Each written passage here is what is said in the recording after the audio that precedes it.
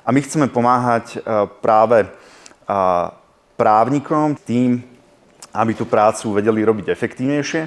Uvedomujeme si, že Claude a podobné riešenia tu majú veľký nástup. Na Slovensku je to trošku problém, alebo bol problém, lebo Claude nemá dáta hosťované v Európskej únii by default.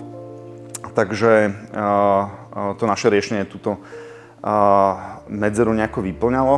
Ale určite Claude príde aj do tohto nášho teritória a bude viac a viac využívaný. A preto chceme okrem toho, že ponúkame riešenie, ktoré je plne hodnotné, tak chceme ponúkať aj dáta. V neposlednom rade sa snažíme ľudí v tomto nejak vzdelávať, preto sme aj zorganizovali eseistickú súťaž Future Law Essay Competition. Ak ste študenti a absolventi, alebo ak takýchto študentov, absolventov zamestnávate, budeme veľmi radi, ak sa zapoja. Do tejto súťaže je tam aj nejaká finančná odmena a hlavným cieľom je pochopiť, ako sa mladí právnici pozerajú na výkon advokácie alebo teda právnických povolaní práve v dôsledku nástupu umelej inteligencie.